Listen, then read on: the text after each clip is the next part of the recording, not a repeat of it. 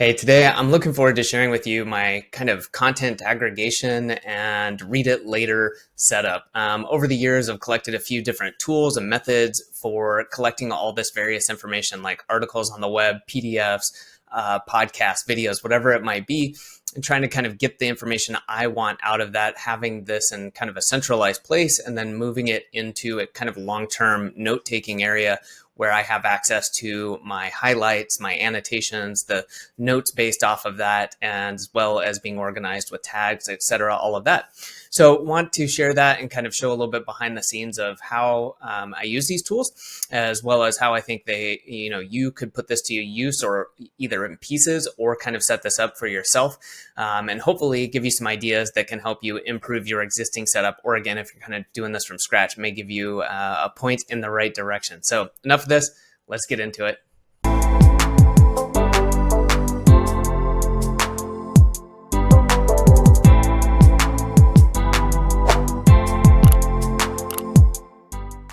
Hey, I'm Adam with the Productivity Academy, and like I said, I want to share with you a little bit about my setup for taking in information, getting that aggregated, taking notes, highlights, etc., and then having that kind of in one place. So to start with, want to talk about intake and the different types of content I commonly come across or deal with, and I think for most people this would be the same.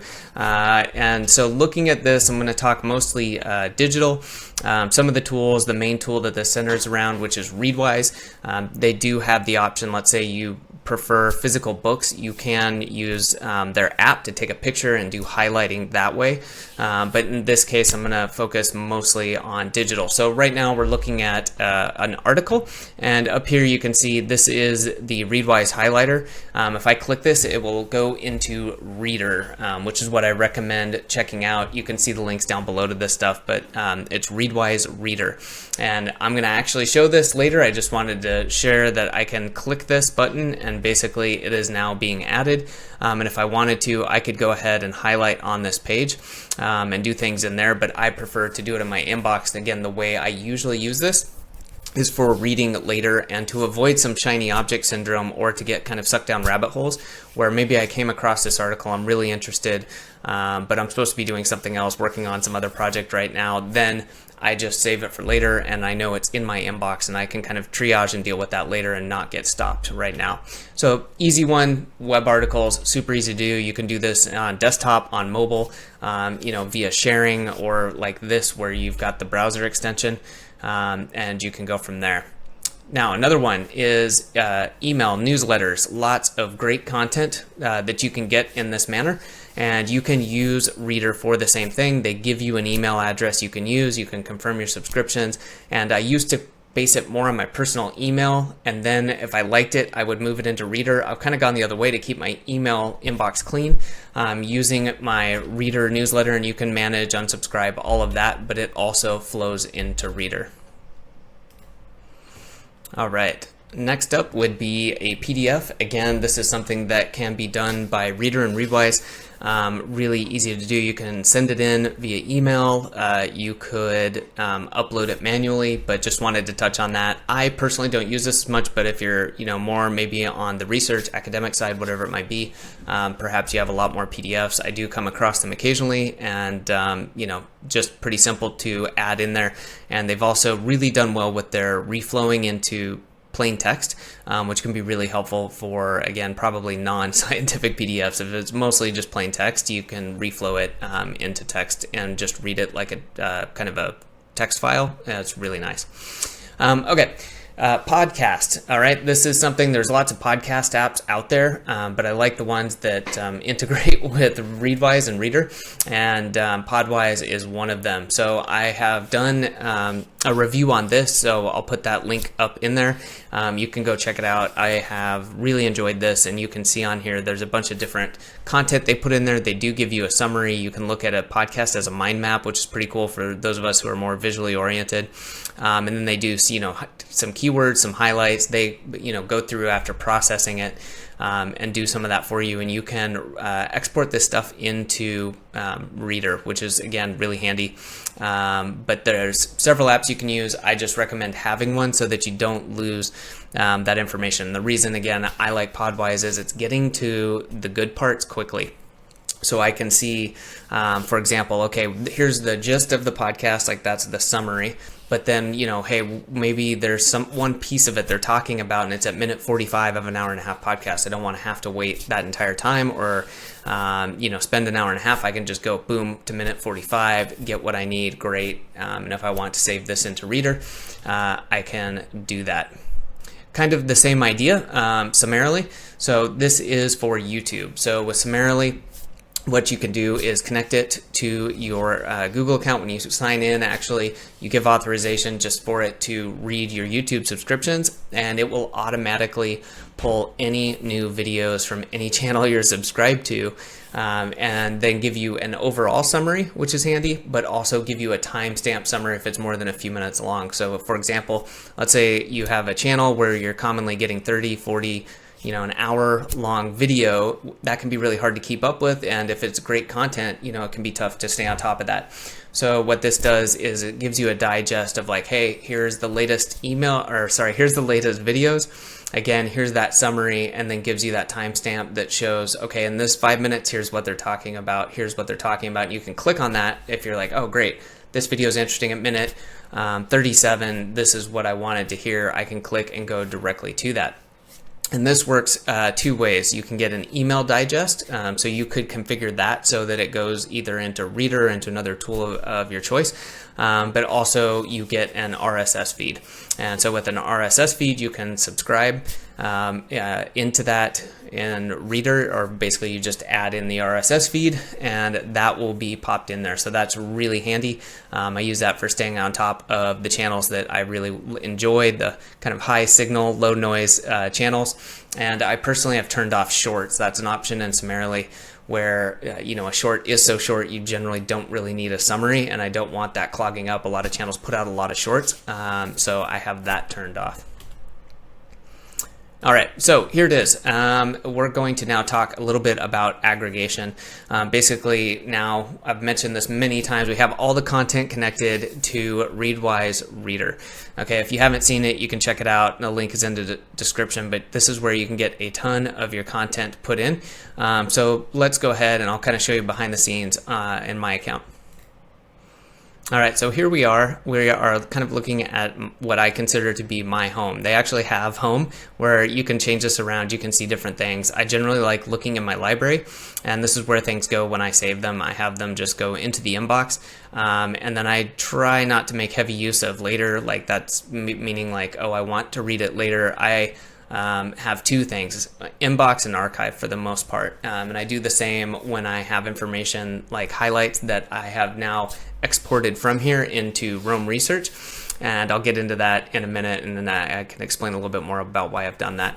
But in Reader, if you're not familiar with this, these are articles that I haven't yet archived, and I can go in and create highlights based on these. So let's say I wanted to look at this article. This is the one we just showed in the example.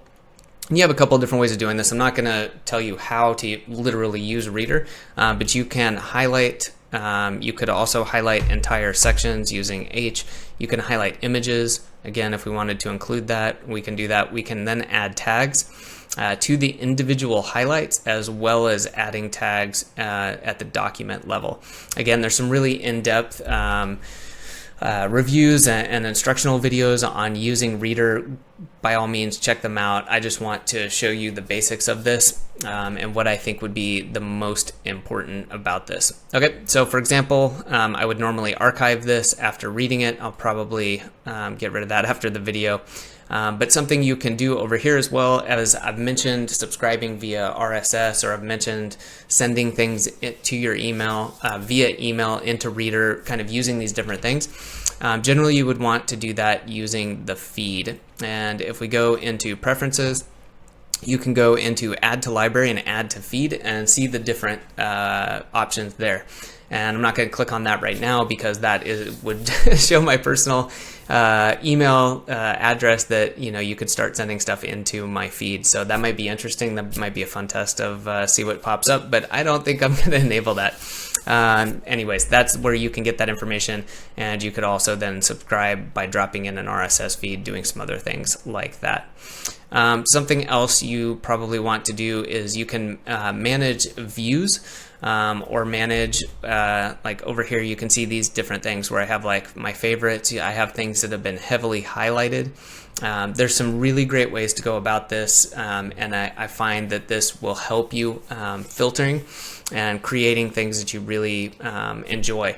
By default, there comes several of these are kind of built in when you get inside Reader without doing any setup of your own, and you can make use of that. I think short list is cool. Short reads, like things that are in your inbox and that only take a few minutes to read, that's kind of a cool filter. You can click on that and see what's in there right away. And I will pop that link into kind of a little bit more in depth of setting up some filtering and an example of using Summarily and how I do that with the RSS feed, and then how you can set up this view so that you can quickly click on that and get that and not have to go through all of your feed. An example is if I click on this, this is all the videos in my Summarily feed, and I don't have to go and look through my entire feed. I can just click here and be like, great, these are all the videos I want to check or possibly check. Cool. So something I recommend doing is having some time to process your inbox. Again, it depends how you set it up, but having things maybe a weekly, like I do. One of the things I enjoy and I try to do is to keep my inbox to a minimum, but I don't worry about it in the sense of it doesn't need to be an inbox zero, but every week I zero it out in the sense of on Mondays I go through and I just have a reminder. It says, hey, go through and archive anything you're not going to read today, because you can always go back and find it. There's no, you can literally click over to the archive and go through it. You could search. The search is very good, and that way, right, just helps keep it clean. So I find that can be a great way to keep your account clean and not get too much of the worry about, oh no, I've got so much in the inbox, I'll never get to it. It's okay. It's still going to exist somewhere. And again, I find this to be part of that processing where I'm saving things for later, and maybe at the time they seemed really cool, but a day or two later, it's not that important, and that's okay. Might add a quick tag if it's kind of a topic I'm researching or something I'm gathering something on, but otherwise, hey, great, archive it. If it's that interesting, you'll remember it and you can go find it later. Now let's talk about getting this information and what do we do, like those things that we've saved. Well, for me, that is the highlights go into Roam and Roam Research, and again, use whatever tool you want. I enjoy it. I've been using Roam for years, but Notion, Obsidian, whatever it is that you want to use, you can connect it to Readwise and Reader and get that out of there. Something I like to do is to have an inbox in my Roam Research setup. And I have done this in Readwise. You can set up your exports. So without going into a ton of details to bog us down, but the idea being when you do highlights, you make a highlight, you do any of that, annotations, you can set it up in Readwise and say, hey, here's how I want this to be exported to a tool that I have connected. And I have something that basically gives it the tag inbox. And then in Roam, I can say, hey, anything with the tag inbox, show on this page. So for example, here is my inbox, right? Whole roasted cauliflower, a recipe. We've got other things here, and everything in here, there's 370. And you might, again, think like, that's, crazy number in your inbox. For me, what I did was, kind of got over, again, the whole, I need to process everything. That's not the point of this. It's to have a place where I can go in and quickly see, hey, what's been placed in the inbox, what's been moved into Roam that I might want to review. And once a week on Fridays, I have a little bit of time set aside to go through and kind of process the inbox. And again, it's not something I'm going for inbox zero or forcing myself to do. I really enjoy this time and want to enjoy it. And so I just go through and pick the ones that are of interest to me. I'll process a recipe page, when I need it, and then I'll, put it in an archive. And I used to use multiple, like pass 1, pass 2, pass 3, how many times I'd seen it. And just kind of like Reader now, I have an inbox and I have an archive, and that's it. And that works pretty well. Now, speaking of, let's say I'm not quite finished with this. I am reading the alignment problem right now. Actually, this is a good example of one being done on paper. So I've been taking pictures using the Readwise app. And when I get done with this, I'll come in and say, okay, well, it's a category, it's a book that was done automatically, but what else? And I, will tag it with some appropriate tags. What's it about? Is it fiction, nonfiction? Is there a major topic, AI? Is there anything else? And then a quick note I have here, I have a space for me about, just what context might this be useful, and just I write. It's not an abstract, it's nothing formal. I just write a note if I think it'd be helpful, a short summary, something like that. And then I will change the status into archive. And that's its own tag as well. So again, with tags, I would encourage you, if you're starting, to think it through a little bit about, hey, what kind of tags do I want? Do I want a large number of tags? Do I want to have, a few number of tags? But to not worry too much about it. You're going to end up with tags you probably don't use. You may, have to add some over time, or you might find that you have two that are similar. It's okay. You can merge them. It will change over time. Again, I find that a little bit of time put into this up front, thinking about it will help you, but otherwise just get started and don't sweat it too much. I would say personally, from my experience, if you're adding, just dozens of tags to every document, that might be kind of crazy, but again, it's up to you and how you want to use it. I would say limit yourself to, a handful at first, but let it go over time and kind of see how you use it. And then you can use that time each week where you're in and you're tending your mind garden to go in and either clean that up or maybe think about it and say, hey, I've been confused when I'm looking for something. The tags aren't helping me. How could I change, my tagging? If and when you need to do that. Because a lot of times I think we can put in too much time up front, when a lot of this stuff you may not look at again, or it's going to be quite a while, and then you can find it, connect it to other stuff, kind of that idea of just-in-time work of like, don't put a ton of time into this up front, just do it as you use it and evolve your system as it goes along. One thing I want to really reiterate is, setting aside some time on a regular basis.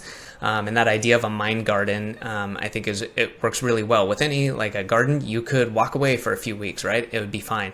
You may have to come back and do some more pruning or weeding, for the analogy, but I think you can set aside some time once a week. And even if you just process one article, or you clean up one or two things, or maybe again, you sit down and highlight some of the best parts of a couple articles, that's great. This doesn't have to be, a lot of hard work. It should be something you enjoy doing. And then again, you want to do it regularly. So make it easy, make it a short period of time so you can get to it, because you don't want to go a year, and have your garden be overrun and have to kind of start over. So I find that just a little bit of time each week works wonders and can really help you stay on top of this and make it more rewarding. When you spend a little bit of time regularly, it all seems to function a little bit better. So if you have any questions about this, any of the tools, the apps I've mentioned, anything else, by all means, please let me know, leave a comment, and I will get back to you.